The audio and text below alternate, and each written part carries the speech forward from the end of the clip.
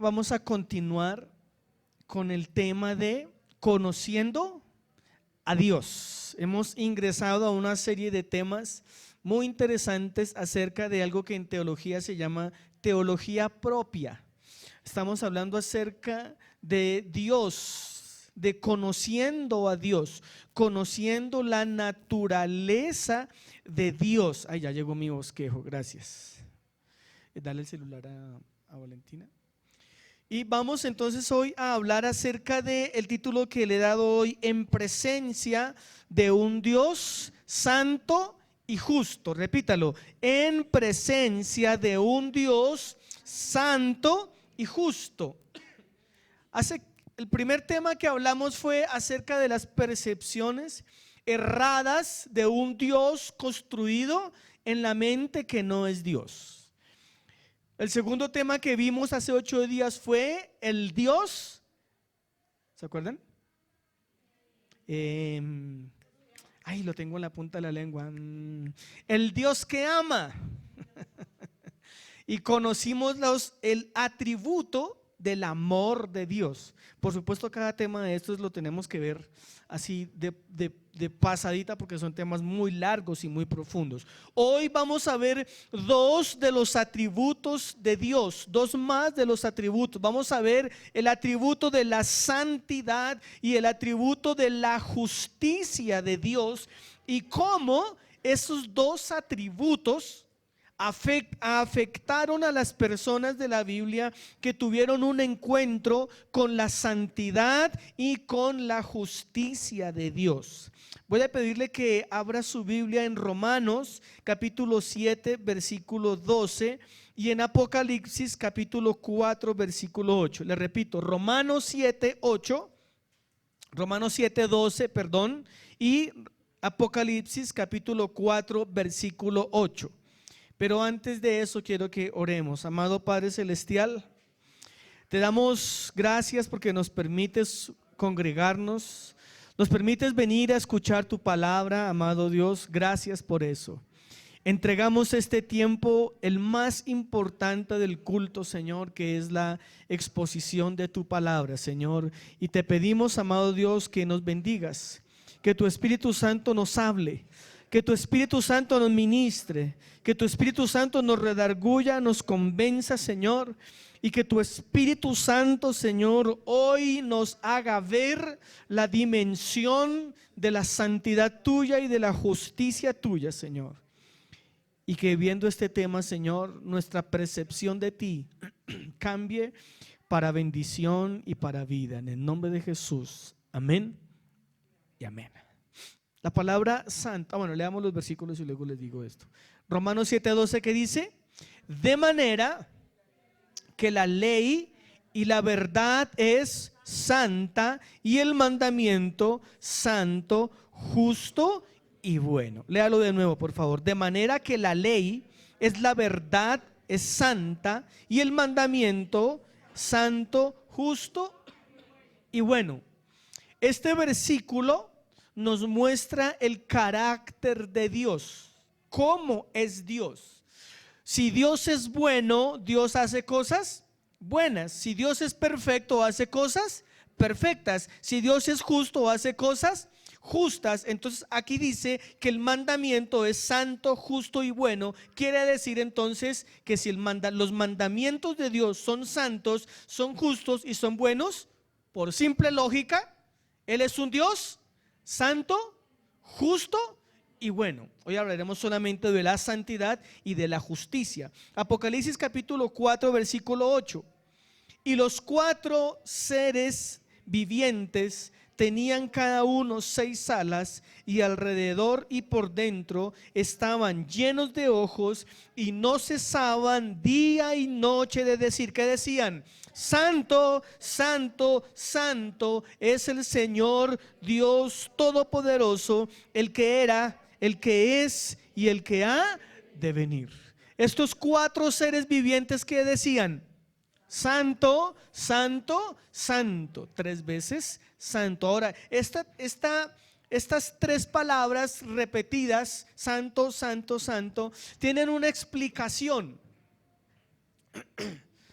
En el Antiguo Testamento o en el idioma hebreo y en el idioma griego no hay los signos de exclamación, los signos de admiración. No existía eso en aquel entonces.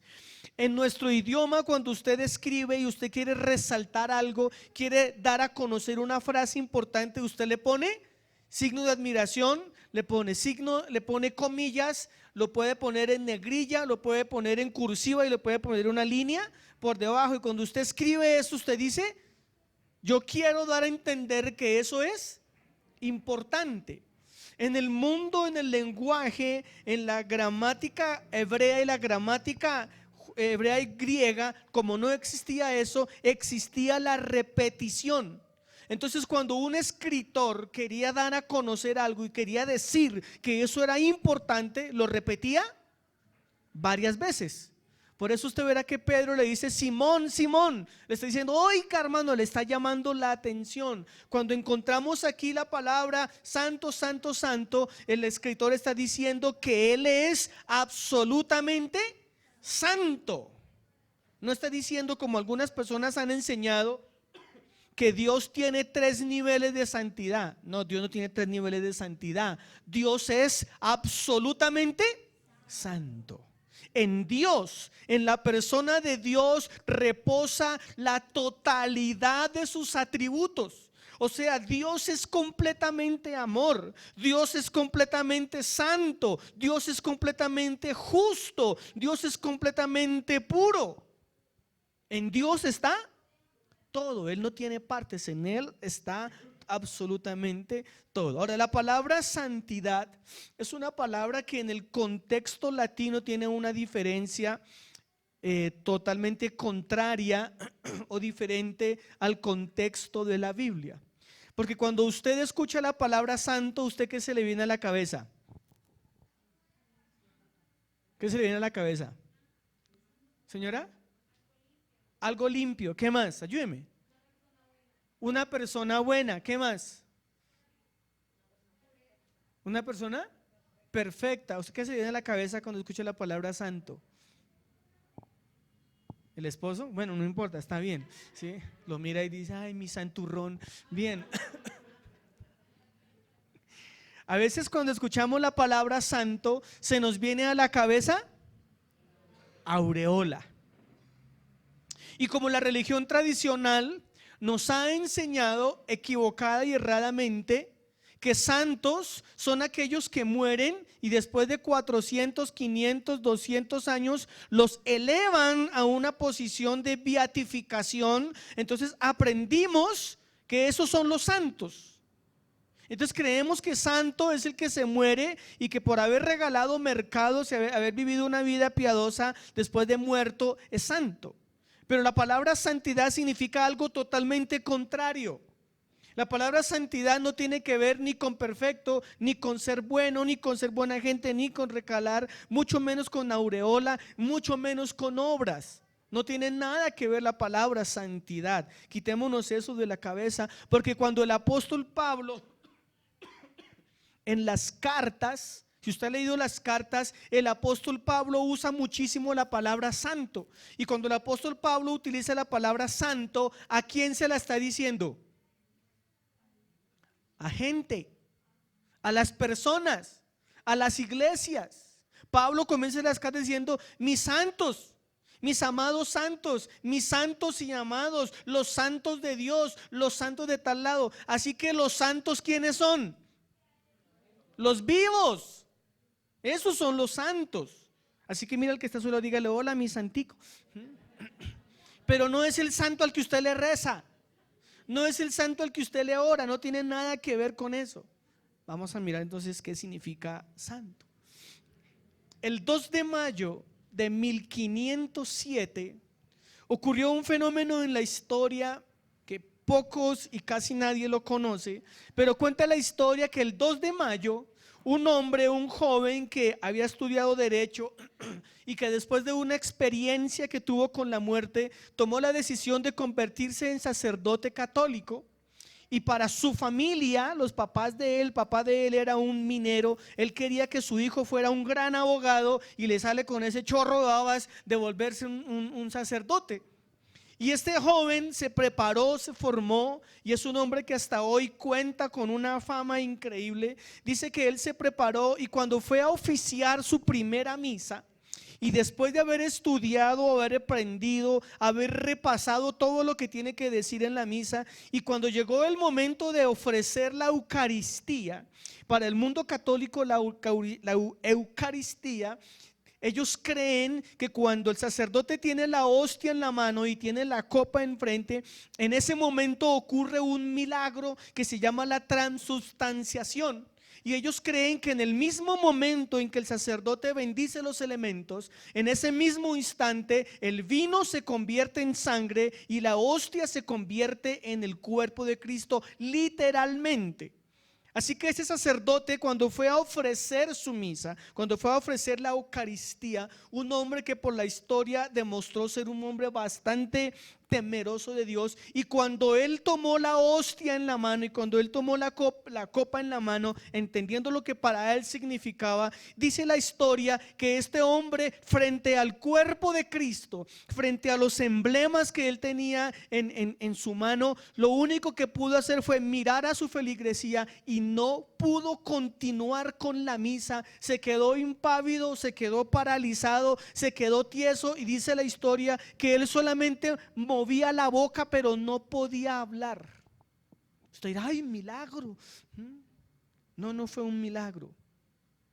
Es que para él entender que en ese momento él tenía lo que para él era el cuerpo de Cristo, lo que para nosotros es un emblema que lo representa, este hombre se sintió tan indigno, se sintió tan pecador, se sintió tan poca cosa de pensar que en su mano tenía la santidad y tenía la esencia de Dios, y no soportó esa presión, y para vergüenza de él no pudo hacer la misa porque se sintió tan indigno de comer ese cuerpo y de participar de lo que era para ellos la emblema.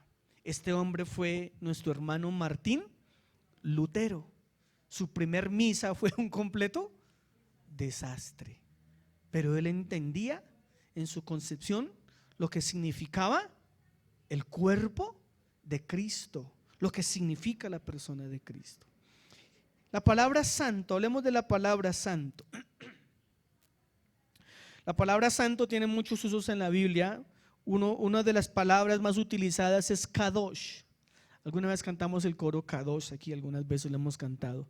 La palabra kadosh, que se traduce como santidad o como santo, significa algo diferente a, uno que es diferente de algo.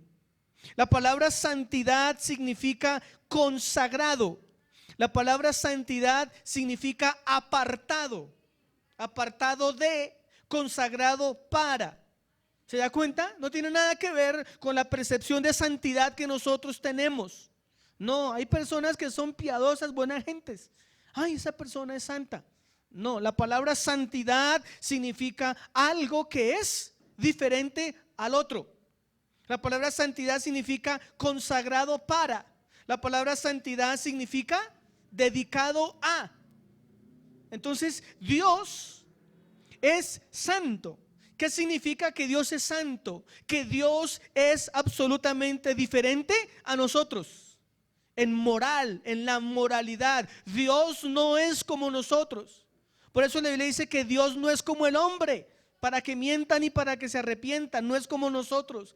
Dios es absolutamente apartado. ¿Apartado de nosotros? No, apartado del pecado. Dios no tiene comunión con el pecado a causa de su santidad. Él está apartado del pecado. La santidad significa consagración. Dios está consagrado a su misma santidad.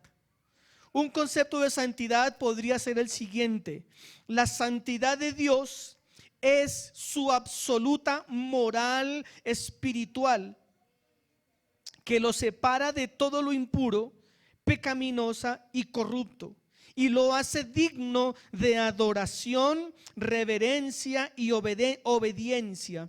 La santidad de Dios se revela en la creación. La santidad de Dios se revela en la ley, la santidad de Dios se revela en la adoración y la santidad de Dios se revela en la persona de nuestro Señor Jesucristo.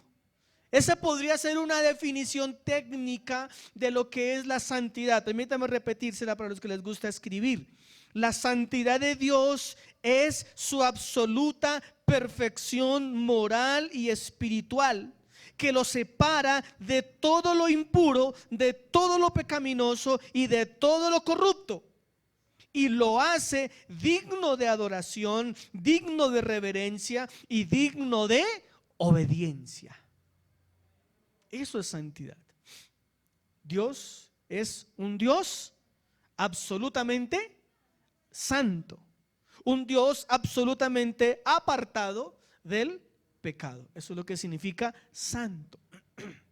Hablemos de justicia. El Dios justo. El Dios justo. La palabra en hebreo que se usa es bastante complicada. Comienza con T, tzedeka o tzedekah.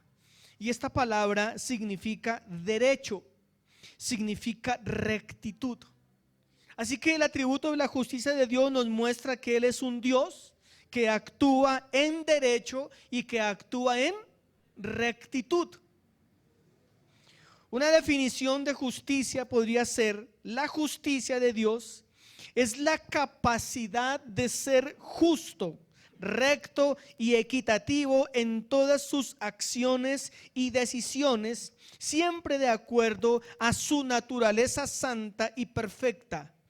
La justicia de Dios se revela en su rectitud y en su equidad. Se la repito: la justicia de Dios es la capacidad de ser justo, es la capacidad de ser recto, es la capacidad de ser equitativo en todas sus acciones y decisiones, siempre de acuerdo a su naturaleza santa y perfecta.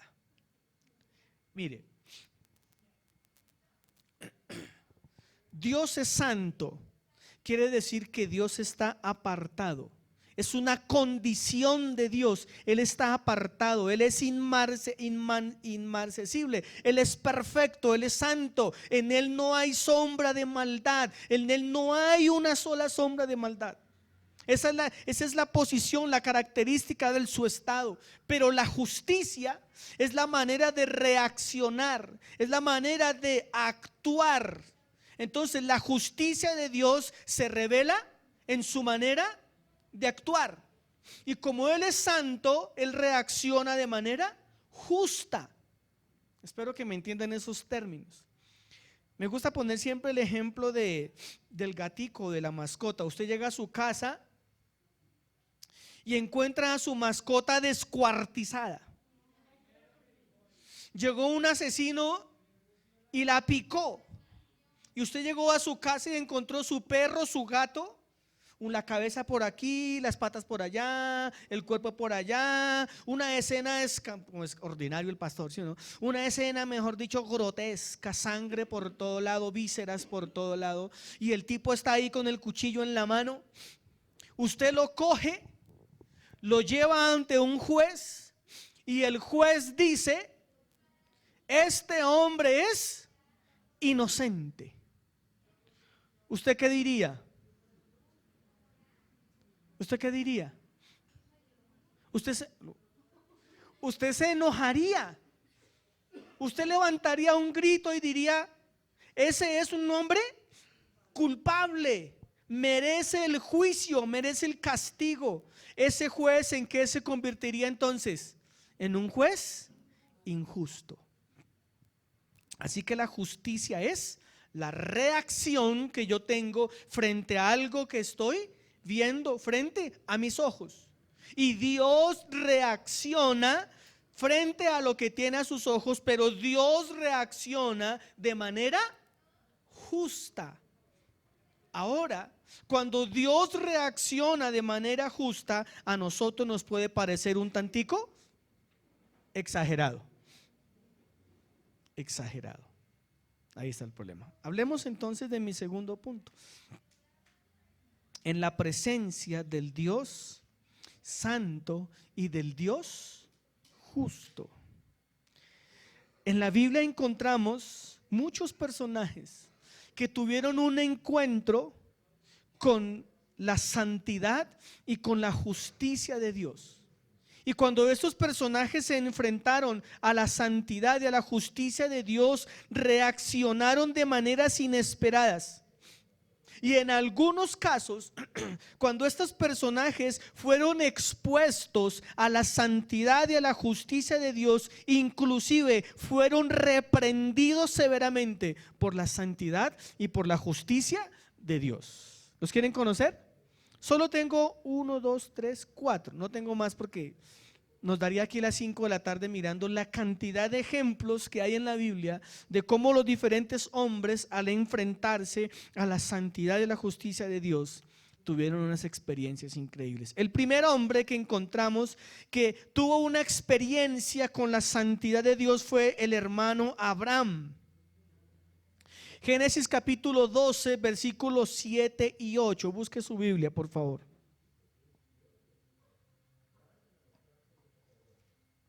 Génesis 12, 7 y 8. Dice así la palabra.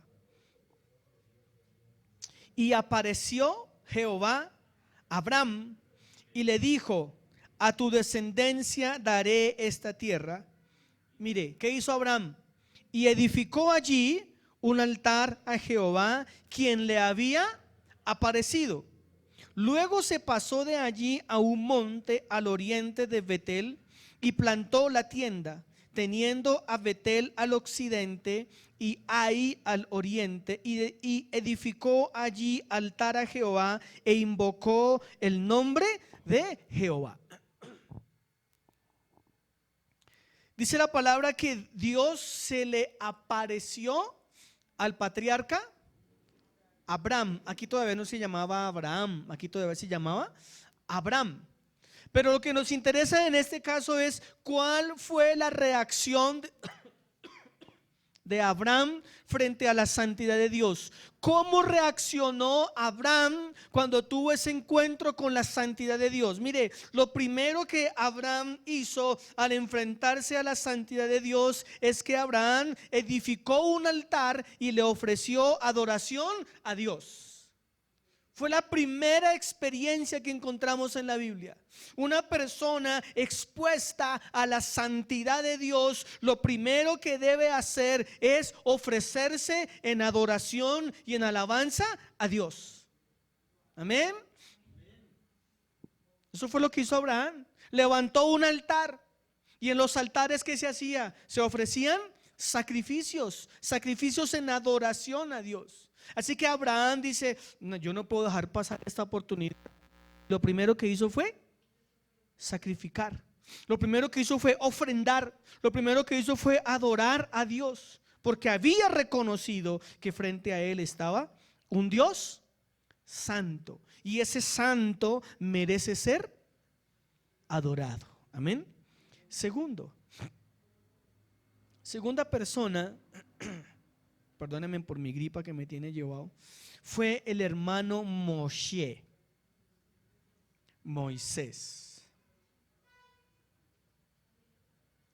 Moisés tuvo una experiencia singular con la santidad de Dios. Eso está en Génesis capítulo 3, capítulo 2 y versículo 4 al versículo 6. Génesis 3, 2.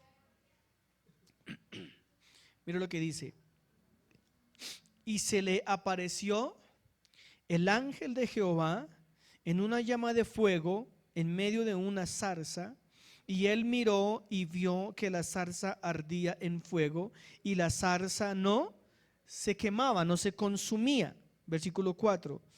Viendo Jehová que él iba a ver, lo llamó de en medio de la zarza y dijo: Moisés, Moisés. Y él respondió, ¿qué respondió? ¿Están conmigo? Génesis capítulo 3. Vamos que no, hombre. Dejen de comprar Biblias allí en el semáforo. Dios mío, Dios santo. Mentira, Génesis 3 no es, obviamente, porque Génesis habla del pecado. ¿Sí ve? En algún lado de Génesis debe ser. Bueno, para no demorarnos yo les sigo leyendo. 12, perdón, Génesis 12. No, mentiras, es Moisés. Eso es mucho más adelante. Bueno, yo sigo leyendo. Después les digo el versículo que si no nos quedamos. Entonces presten atención. Voy a empezar de nuevo para que presten oreja. O los que tienen Google, busquen ahí. Busquen la zarza ardiendo. Mentiras, eso es Éxodo capítulo 3. Éxodo capítulo 3 debe ser. Llamamiento de Moisés, sí. Éxodo 3:2. Ahora sí, ¿lo encontraron? Busquen bien, hermanos. Presten atención. Toca editar el video, contar todas esas cosas. Bien. Versículo 2, ahora sí. Y se le apareció el ángel de Jehová en una llama de fuego en medio de una zarza, y él miró y vio que la zarza ardía en fuego y la zarza no se consumía. Versículo 4. Viendo Jehová que él iba a ver, lo llamó de en medio de la zarza y dijo: Moisés, Moisés. Y heme aquí. Y dijo: no te acerques, quita tu calzado de tus pies, porque el lugar en que tú estás, tierra santa es. Y dijo: yo soy el Dios de tu padre, el Dios de Abraham, Dios de Isaac y Dios de Jacob. Entonces Moisés cubrió su rostro porque tuvo que miedo al mirar a Dios. Moisés tuvo una experiencia como muchos evangélicos quisieran tenerla, pero para subir en el Facebook y decir: ¡ay, estuve en la presencia de Dios! Eso se llama una teofanía. Las teofanías son las apariciones visibles de la presencia de Dios. Teofanía. Dios no puede ser visto por el hombre, entonces Dios se manifiesta de algunas maneras para que de alguna manera el hombre lo pueda ver, lo pueda percibir. Entonces dice que va Moisés caminando y de pronto ve un árbol, un chamizo encendido en fuego, pero el chamizo no se quema. Entonces imagina Jesús, tu hermano. Entonces Moisés dice: ¿qué pasa? Sacó rápido el celular para tomarse una selfie en semejante acontecimiento y subirlo al estado. Y cuando Moisés se fue a dirigir hacia la zarza que estaba encendida en fuego, escuchó la voz de Dios que le dijo: Moisés, Moisés, no te acerques, porque este lugar es santo. En ese momento y en ese lugar, esa tierra fue llamada tierra santa. Donde Dios habita, donde Dios está, eso es un lugar santo. Santo no es donde la gente cree que es tierra santa allí en Roma. Olvídese de eso, hermano. Pero ante la presencia del Dios santo y ante la presencia del Dios justo, ocurrieron algunas cosas en la vida de Moisés. Primero, a Moisés se le mandó que hiciera algo. ¿Qué se le mandó? Que se quitara las Reebok, las Adidas, las Nike, las Converse. Y Dios le dijo a Moisés: cuando estés delante de mí vas a estar descalzo. Y usted dirá: a ver, ¿qué tiene que ver una cosa con la otra?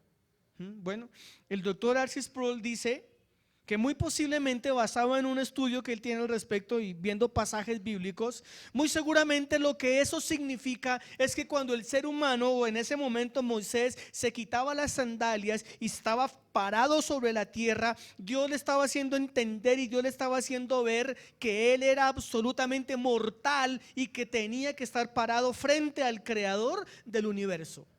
Puede ser una aclaración, una explicación. Entonces a Moisés, sea lo que sea la aclaración, a Moisés se le dijo: desnúdese sus pies y preséntese desnudo delante de tus pies, ¿no? Delante de mi presencia. ¿Vamos bien hasta ahí? Ahora, ¿cuál fue la reacción de Moisés? ¿Cuál fue la reacción de Moisés cuando entendió delante de quién estaba? Porque Dios primero se le presenta, le dice, mucho gusto, nice to meet you. Entonces Moisés dijo, nice to meet you too. Y comenzaron a hablar y Dios le dijo, how are you? Fine, thank you. Y comenzaron ahí a hablar, en hebreo, ¿no? Comenzaron a hablar. Pero Moisés tuvo una reacción. Versículos 6. ¿Cuál fue la reacción de Moisés? ¿Y cuál fue la percepción de Moisés frente al Dios santo y frente al Dios justo? Y dijo, yo soy el Dios de tu padre, el Dios de Abraham, el Dios de Isaac y el Dios de Jacob. Léalo por favor. Entonces, mire, Moisés, ¿qué hizo? Se tapó la cara. ¿Por qué se tapó la cara Moisés? Porque Moisés sintió vergüenza al estar delante de un Dios santo y justo. Moisés entendió que él era absolutamente impuro, absolutamente indigno, era miserable, era indigno. Él entendía que no podía estar como era delante de Dios y por esa razón se tapó la cara. Y no solamente se tapó la cara porque tuvo esa percepción, sino que dice que tuvo miedo. Usted dirá, ¿acaso la presencia de Dios puede causar miedo en una persona? ¿Puede causar miedo la presencia de Dios en una persona? Con el intento de robo de esta semana pasada que me intentaron hacer, mi jefe me llamó y me comenzó a preguntarme pues que le contara. Entonces yo le estaba contando todo lo que me hicieron toda la semana, porque me trabajaron toda la semana, fueron varias llamadas. Yo le estaba contando a ella y me acordé, no sé cuántos se acuerdan cuando estábamos allí en la Villavicencio, que se nos metió un borracho, un drogadicto a pedir plata, ¿se acuerdan? Todo alevoso, todo alzado, y los hombres de la iglesia ese día se levantaron a defenderme de una manera increíble. Estoy echando vainas. Y entonces cuando este ladrón comenzó a pedir plata en el local, yo me revestí de autoridad, hablo muy en serio, y yo recuerdo que le dije, en el nombre de Jesús no le vamos a dar nada. ¿Cuál fue la reacción de este hombre? ¿Quién se acuerda? Se enloqueció y comenzó a correr dentro del salón, y cuando se devolvió se estrelló contra la puerta de vidrio y salió corriendo como si quién sabe qué hubiera visto. Y yo estaba en el púlpito y yo vi cuando él atravesó la Villavicencio, cuando él atravesó corriendo, pero en lo que yo dije, algún carro lo va a matar. Y luego se devolvió y enloquecido. Por favor, alguien que le diga a mi esposa que apague el carro, por favor, que me tiene nervioso ese chilladera. Cuando una persona está frente a la presencia de Dios, también puede llegar a experimentar miedo. Y Moisés experimentó miedo, y se cubrió el rostro. Y Moisés sabía con quién estaba hablando, porque el Señor se le presentó. Yo soy el que soy. Yo soy el papá, yo soy el Dios de Abraham, el Dios de Jacob, etcétera, etcétera, etcétera. El pueblo de Israel, Éxodo capítulo 19, versículo 10 al 25. No lo vamos a leer porque es muy largo. El pueblo de Israel experimentó de manera increíble, o mejor si leámoslo. Éxodo 19, yo quiero que usted lea esto. El pueblo de Israel, todo el pueblo de Israel experimentó de manera milagrosa la presencia de un Dios santo y de un Dios justo. Y vamos a mirar cómo se manifestó Dios al pueblo de Israel. ¿Cómo se manifestó Dios al pueblo de Israel? Abraham no nos dice cómo se manifestó. Abraham levantó un altar, hizo unas piedras, hizo una ofrenda, un sacrificio, hizo adoración. A Moisés se le apareció. ¿Cómo se le apareció a Moisés? en una zarza, en un arbusto prendido en fuego que no se quemaba. Al pueblo de Israel, Dios también se le apareció. Pero vamos a mirar de qué manera Dios se le apareció al pueblo de Israel. Éxodo capítulo 19, desde el 10. ¿Lo tiene? Préstele mucha atención. Yo quiero que usted, vamos leyendo, usted se imagine. Trate de irse, imaginarse, ¿no?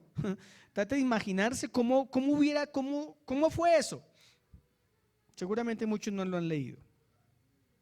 Y Jehová dijo a Moisés: ve al pueblo y santifícalos hoy y mañana, y que laven sus vestidos y estén preparados para el día tercero, porque el tercer día Jehová descenderá a ojos de todo el pueblo sobre el monte de Sinaí, y señalarás término al pueblo en derredor, diciendo: guardaos, no subáis al monte, ni toquéis sus límites. Cualquiera que tocare el monte, de seguro morirá. No, Dios no es así. Usted está leyendo una Biblia pirata, pastor. 13. No tocará mano, porque será apedreado o aseteado, sea animal o sea hombre, no vivirá. Cuando suene largamente la bocina, subirán al monte. Y descendió Moisés del monte al pueblo, ¿y qué hizo? Santificó al pueblo y lavaron sus vestidos. Y dijo el pueblo: estad preparados para el tercer día.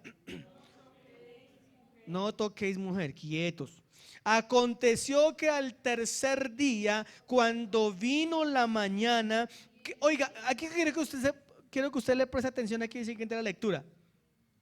¿Listo? Va Moisés al monte, se encuentra con el Señor. Dios le dice: yo me voy a presentar al pueblo, pero el pueblo no se puede presentar como es. Tienen que santificarse y tienen que lavar sus ropas, porque van a estar delante del Dios santo y no pueden pasar cierto límite, porque el que pase cierto límite morirá.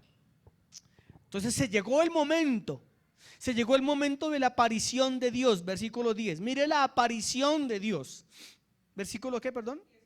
16. Aconteció que al tercer día, cuando vino la mañana, mire, vinieron truenos y relámpagos y espesa nube sobre el monte, y sonido de bocinas muy fuerte, y se estremeció todo el pueblo.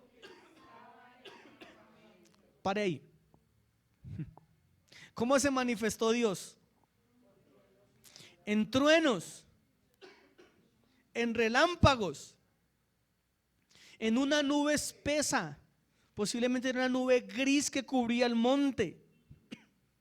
Y en medio de ese espectáculo dice que sonaron bocinas, o sonaron chofar, sonaron trompetas estrepitosamente. Siga leyendo. ¿Qué ocurrió con el pueblo? El pueblo ¿qué?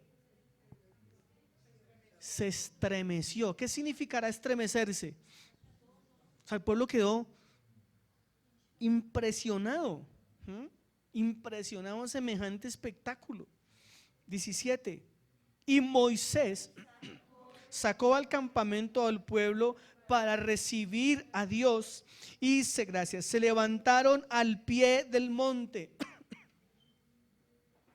¿Dónde vamos que me perdí? 18. Todo el monte de Sinaí. Oiga, pare un momentico, hermano.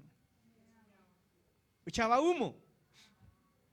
Mire usted una montaña, no digamos Monserrate y Guadalupe, porque eso está lleno de idolatría. Miremos una montaña, otra montaña muy diferente. Y el pueblo de Israel vio que en esa montaña cayeron truenos, relámpagos, sonaban bocinas, había una espesa nube de humo, y toda la montaña empezó a echar humo, un incendio forestal. No es que es así, es así. Por eso le pido que se imagine lo que ocurrió. Esto, hermano, es que esto que estamos leyendo aquí no es la imaginación. Lo que estamos leyendo aquí fue lo que ocurrió.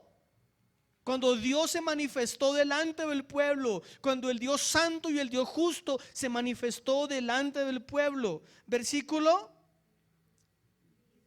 19. Y el sonido de la bocina, ¿qué? Iba en aumento en extremo. Oiga, hermano, qué escándalo. O sea, sacaron todos los equipos de sonido allá, ya, mejor dicho, hermano. Severo concierto que se armó ese día, hermano, con luces y de todo, hermano, y con humo y con de todo. Moisés hablaba y Dios le respondía. ¿Cómo le respondía a Dios? Con voz ¿qué? Tronante. ¿Usted se imagina que es una voz tronante? Como cuando la mamá está, esa es voz tronante, hermano. O cuando uno le saca la piedra a la mujer. Voz tronante, hermano. 20.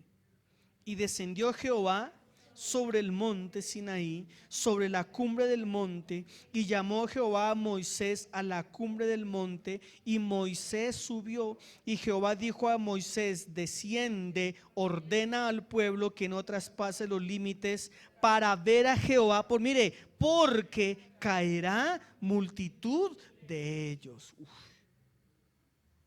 Dios le dijo a Moisés: baje, hermano, no deje que nadie suba a chismosear. Esos fijos son colombianos, chismosos y metidos como ellos solos. No deje que ninguno suba, porque el que suba, mi presencia, mi santidad, lo va a matar.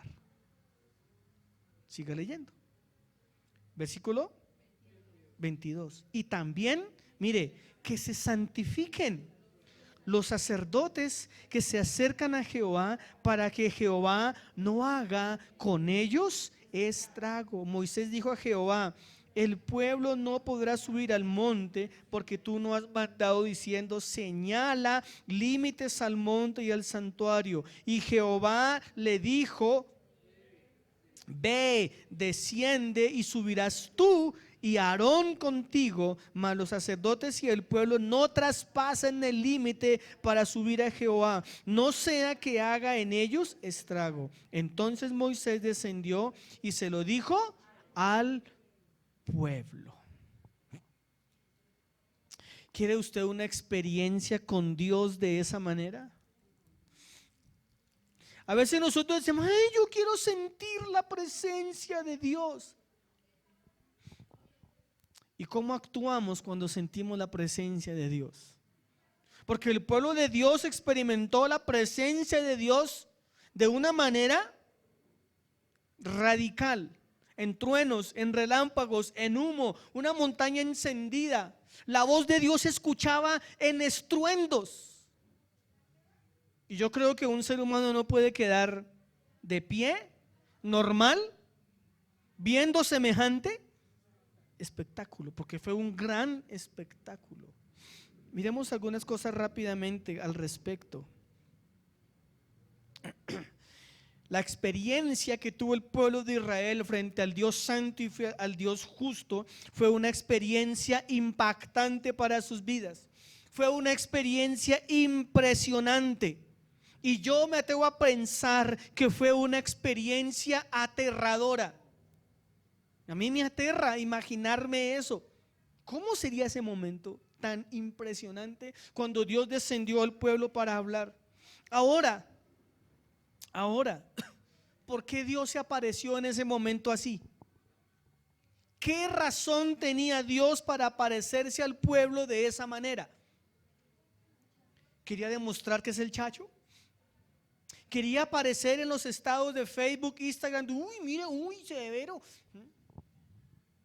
Si usted sigue leyendo, el siguiente capítulo es el capítulo 20. Y ahí inmediatamente, en medio de esa escena, pongas cuidado a esto, en medio de esa escena tan impresionante, tan impactante, donde Dios estaba demostrando su poder, su señorío, su gloria y quién es Dios de verdad, en ese mismo instante Dios estableció los 10 mandamientos. Es como cuando yo le digo a mi hijo, si no lo hace, ya sabe lo que le va a pasar. Y Dios le estaba diciendo al pueblo: yo soy un Dios grande y poderoso. Hay de que no me hagan caso a los 10 mandamientos. Y yo no creo que el pueblo le haya dicho: ay, no tendrá dioses ajenos. Con las que sale Moisés.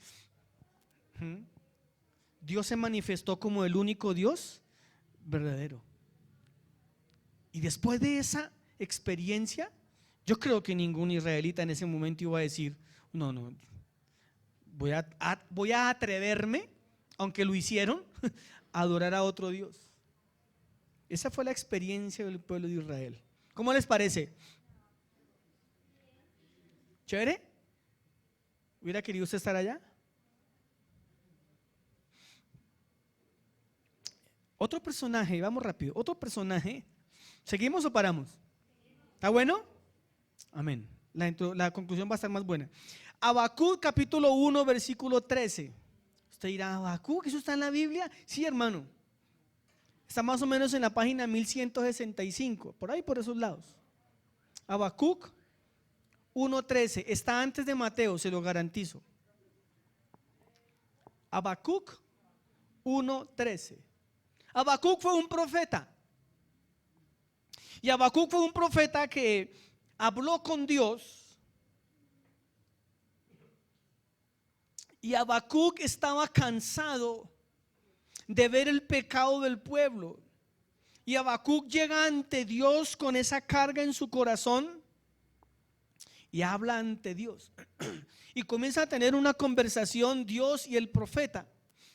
Y Habacuc y Dios también se le presenta al profeta, y Habacuc también tiene una experiencia con el Dios santo y con el Dios justo. Si no lo encontró, escúchelo. Entonces, cuando Dios se le aparece a Habacuc, Habacuc tuvo una experiencia, tuvo una reacción frente al Dios santo y justo. Mire, 1:13. Si alguien lo encontró, léalo conmigo. Muy limpio eres de ojos para ver el mal. No puedes ver el agravio, porque ves a los menospreciadores y callas cuando destruye al impío, el más justo que él. ¿Qué fue lo que dijo Habacuc? ¿Qué fue lo que Habacuc percibió de la santidad de Dios? Habacuc dijo: tus ojos son muy limpios. Tus ojos son muy santos y tus ojos no pueden ver la maldad. Imagínense cómo Habacuc percibió al Dios santo. A un Dios que sus ojos son tan puros que no puede ver la maldad y el pecado. Esa fue la percepción que tuvo Habacuc de Dios. Habacuc dijo: no, pues es que, ¿cómo? Si Dios es tan perfecto que no puede mirar el pecado. O sea, Habacuc dijo: apague y vámonos frente a un Dios santo y justo. Isaías capítulo 6 es el siguiente personaje que también nos deja una excelente enseñanza y reflexión frente a la presencia de un Dios santo y de un Dios justo. Isaías capítulo 6 versículo 1 al 5 dice lo siguiente. Voy a avanzar porque el tiempo me está ganando ya. En el año en que murió el rey Usías, vi yo al Señor. Ahora mire lo que vio Moisés. Isaías 6, 1 al 5. Mire lo que vio Moisés. Vi yo al Señor. ¿Dónde lo vio? Sentado sobre un trono alto y sublime, y sus faldas llenaban el templo. Por encima de él había serafines, cada uno tenía 6 alas, con 2 alas cubrían sus rostros, con 2 alas cubrían sus pies y con 2 volaban. Pare ahí. ¿Qué vio Moisés? ¿A quién vio? Perdón. Al Señor. Al Adonai en hebreo. Al Kyrios en griego. En español, Señor. Vi yo al Señor, lo vio sentado en un trono alto y sublime. O sea, una vaina que usted y yo no podemos entender. Algo majestuoso, algo increíble, algo inimaginable vio Isaías. Pero al lado de ese trono, o encima por debajo, dice, encima del trono habían unos seres espirituales que se llaman serafines. Y dice que los serafines, ¿cuántas alas tenían? 6 alas. Ahora, con esas 6 alas ocurrían 3 cosas. Con las primeras alas se cubrían la cara. Con las segundas alas volaban. Y con las terceras alas se cubrían los pies, o viceversa. El hecho era que con 2 se tapaba, con 2 volaba y con 2 se cubría los pies. No importa, aquí el orden de los serafines son santos. Si son santos, son ángeles, sí. Si son santos y son puros, ¿por qué se tapaban los ojos? Porque delante de Dios los serafines le guardan todo el respeto a Dios. Y estando en la misma presencia de Dios, teniendo la oportunidad de ver a Dios, si es que Dios se puede ver porque es el Espíritu y es invisible, dice la Biblia, los serafines dicen, somos indignos de ver al Señor. Y se tapan los pies, quizás queriendo decir lo mismo que Moisés, reconociendo que delante de él ellos son simples criaturas o seres creados por Dios. Sigamos leyendo. ¿Dónde vamos? El 3. Y el uno y el otro gritaban, daban voces de júbilo, voces de grito, diciendo, Santo, Santo, Santo, Jehová de los ejércitos, toda la tierra está llena de su gloria. Uy, tremenda experiencia, hermano. 4. Y los quiciales de las puertas se estremecieron con la voz del que clamaba, y la casa se llenó de humo. Eso fue lo que vio Isaías. Ahora, ninguno de estos ha visto un viejito barbado, que es el Dios que la gente cree. Ninguno vio un viejito barbado, buena gente, con un bastón y con el café diciendo, ay, Moisés, Abraham. No, ninguno. No, ninguno. ¿Usted lo vio? ¿Cuántos años tiene Dios? Alguien que me explique, hermano. ¿Cuántos años podrá tener Dios? Dios no tiene edad. O sea que Dios no es viejito. Entérese, desayúnese, hermano. Dios no tiene, que de la gripa me da llorona. Dios no tiene edad. Dios vive en la eternidad. Dios no tiene años. Dios no tiene edad. Entonces Moisés tiene semejante visión, semejante experiencia, ve al Señor, ve todo lo que ve. Ahora, ¿cuál fue la reacción de Isaías? ¿Cómo reaccionó Isaías frente a la presencia del Dios santo y el Dios justo? Versículo 5. Entonces dije, ¿qué dijo Isaías? ¿Qué significa ay de mí?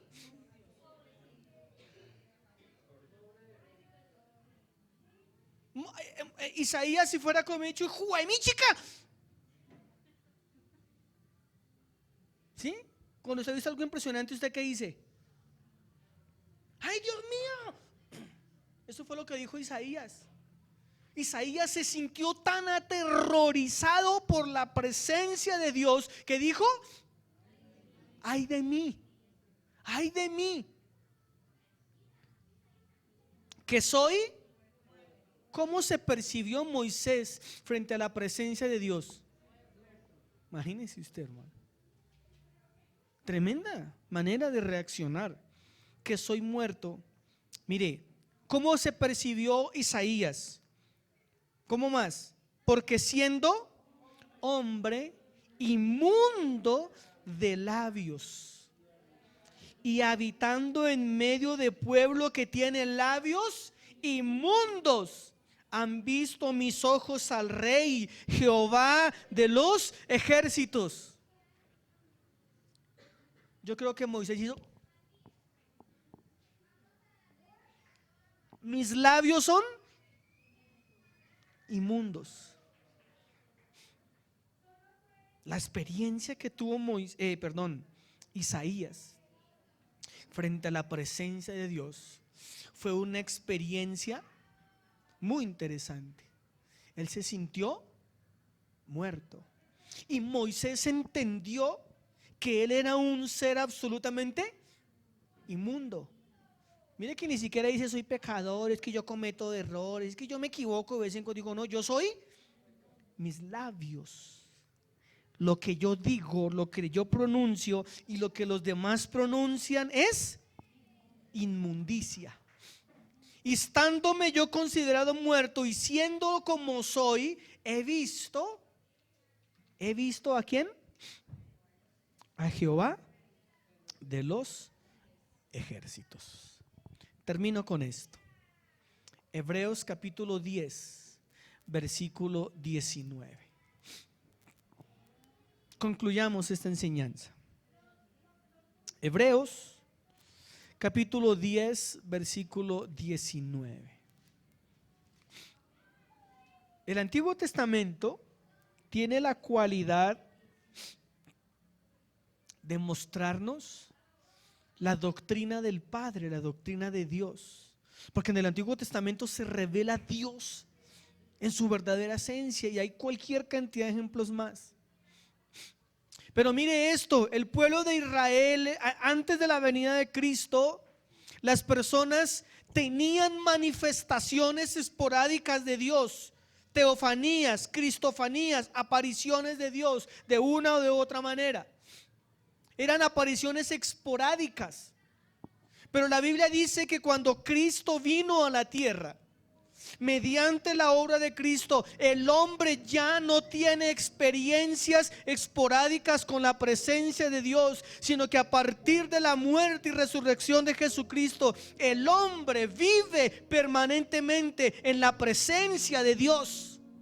Uy, pensé que se iba a alegrar. Ellos debían esperar de vez en cuando Dios se les apareciera. Después de Cristo, nosotros permanecemos en la presencia del Dios Santo y el Dios justo. No sé si usted lo entiende, pero para nosotros es lo más grandioso, es lo más glorioso. Lo que ellos anhelaban y deseaban, nosotros lo tenemos desde que nos levantamos hasta que nos acostamos y hasta que nos volvemos a levantar. Nosotros andamos, vivimos, tenemos y gozamos la presencia santa y justa del Dios verdadero. Mira lo que dice Hebreos capítulo 10, 19. Así que, hermanos, teniendo que libertad para entrar en el lugar santísimo por la sangre de nuestro Señor Jesucristo.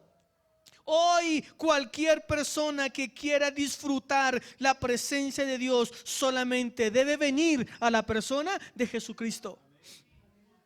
Y ese Dios que se manifestaba de todas esas maneras está dentro de nosotros a través de la persona del Espíritu Santo. 5 conclusiones. Abraham tuvo una experiencia de adoración y alabanza.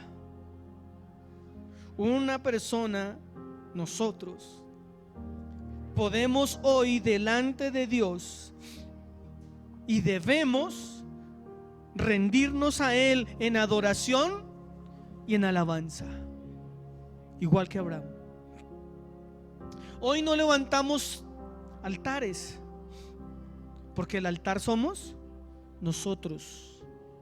Yo me ofrezco en sacrificio vivo y agradable para adorar a Dios. Segunda conclusión de Moisés: debemos reconocer que Moisés estaba frente al Dios Todopoderoso. Y cuando estamos delante de la presencia de Dios, debemos taparnos la cara. ¿Qué quiere decir eso? Que cuando yo estoy delante de Dios, debo venir delante de Dios con absoluta reverencia. Total y absoluta reverencia. Tercero, de la misma manera que el pueblo de Israel, nosotros debemos admirar y debemos respetar la autoridad, el poder y el dominio que tiene nuestro Dios Todopoderoso.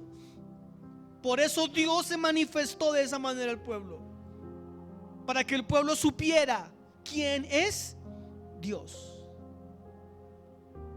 Dios no, repito y no me cansaré de decirlo, Dios no es el viejito pascuero, ni es el viejito buena gente, ni es el papá alcahueta, ni es el papá paternalista. Dios es el Señor todo soberano de la tierra.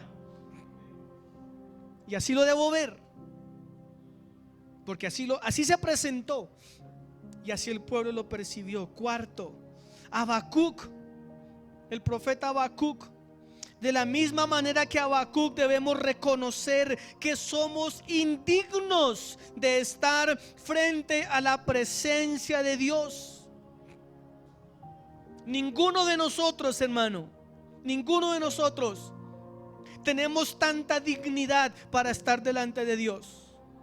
Somos absolutamente indignos.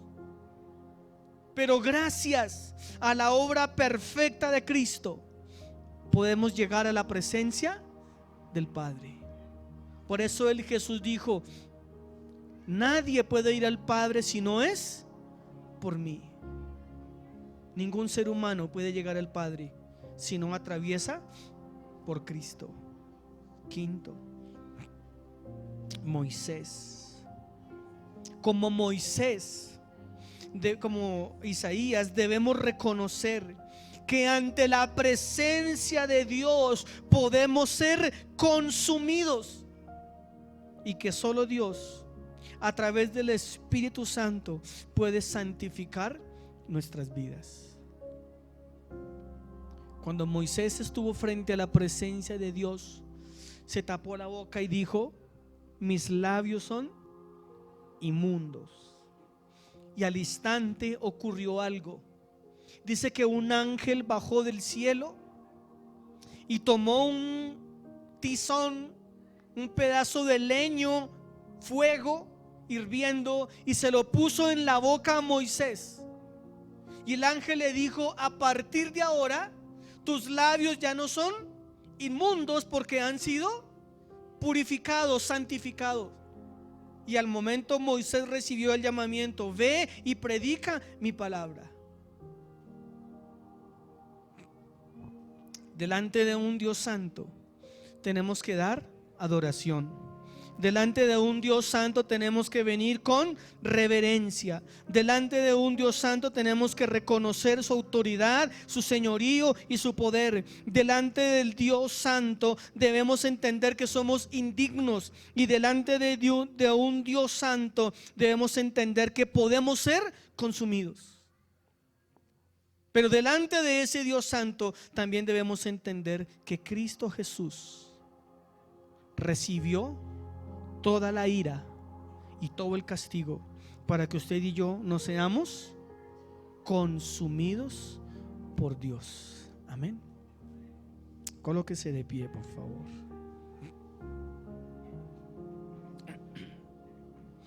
¿Quién es Dios para usted? ¿Quién es Dios para usted? Dependiendo de quién sea Dios para usted, es su adoración, es su alabanza, es su respeto, cómo se comporta. Si para usted Dios es un viejito que no ve, por eso usted va a vivir como quiera. Al fin de cuentas no ve. Al fin de cuentas los viejitos van perdiendo la memoria. Entonces ya Él no se olvida. Pero si usted ve a Dios como el Dios que le he predicado hoy, creo yo que nuestra percepción debe hacer que nuestras vidas cambien. Amén. Amén. Cuando usted viene a este lugar, ¿a qué viene? ¿Seguro? ¿Seguro? ¿Seguro que cuando usted viene a este lugar, usted viene a encontrarse con la presencia de Dios? Entonces le pregunto a los hermanos que les gusta vivir chateando dentro del culto, a los hermanos que les gusta recibir llamadas y salirse en la mitad del culto a recibir llamadas, al que viene a culto y comienza a pelear con sus hijos, al que viene a culto y comienza a leer cosas en su celular. Entonces usted no está delante de la presencia de un Dios santo y justo. Usted no está delante de nadie. Porque si yo estoy delante de la presencia del Dios santo y del Dios justo, mi adoración, mi modo de actuar delante de Él tiene que ser como el de Abraham, como el de Isaac, como el de Moisés, como el de Habacuc, como el de Isaías, como el del pueblo de Israel. De lo contrario, estoy frente a un Dios construido en mi mente. Incline su rostro, por favor. Señor, tú eres santo, tú eres justo, Señor. Y no pudimos hoy mirar todos, Señor, los ejemplos que hay en la Biblia. Para nosotros, Señor, tu santidad y tu justicia, para el que lo entiende, Señor, tu justicia puede convertirse en algo impresionante, Señor, porque te manifestaste de maneras increíbles, Señor. Nosotros no vimos el monte, Señor, el monte Sinaí, no tuvimos la oportunidad de verlo quemándose, lleno de truenos, de humo, y escuchar las bocinas y escuchar tu voz retumbante. No tuvimos la oportunidad, Señor, pero lo podemos leer y podemos aprender de esto, Señor. ¿Qué clase de Dios eres tú, Señor? Y solo podemos, Señor, venir ante ti con humildad y con reverencia y entregarte nuestros corazones en humildad, en reverencia, y decirte: santo, santo, santo, el que es, el que era y el que ha de venir, Señor. Gracias, Señor. Tu palabra dice, el profeta dijo: por la bondad de Jehová no hemos sido consumidos. Gracias porque por la obra preciosa y perfecta de Cristo, hoy podemos experimentar tu presencia en nuestra vida y no ser consumidos, no ser destruidos, Señor. Gracias. Gracias por permitirnos hoy disfrutar tu presencia, Señor. Y saber, Señor, que cuando voy camino a mi trabajo, voy con tu presencia, Señor. Y que mientras estoy en mi trabajo, en mi universidad, en el colegio, mientras estoy haciendo los quehaceres en mi casa, tu presencia está ahí conmigo, Señor. Aún mientras dormimos y descansamos, ahí está tu presencia, Señor. Y no somos consumidos, Señor, porque Cristo Jesús lo hace posible, Señor. Gracias. Gracias te damos, oh Dios. en el nombre de Jesús. Amén.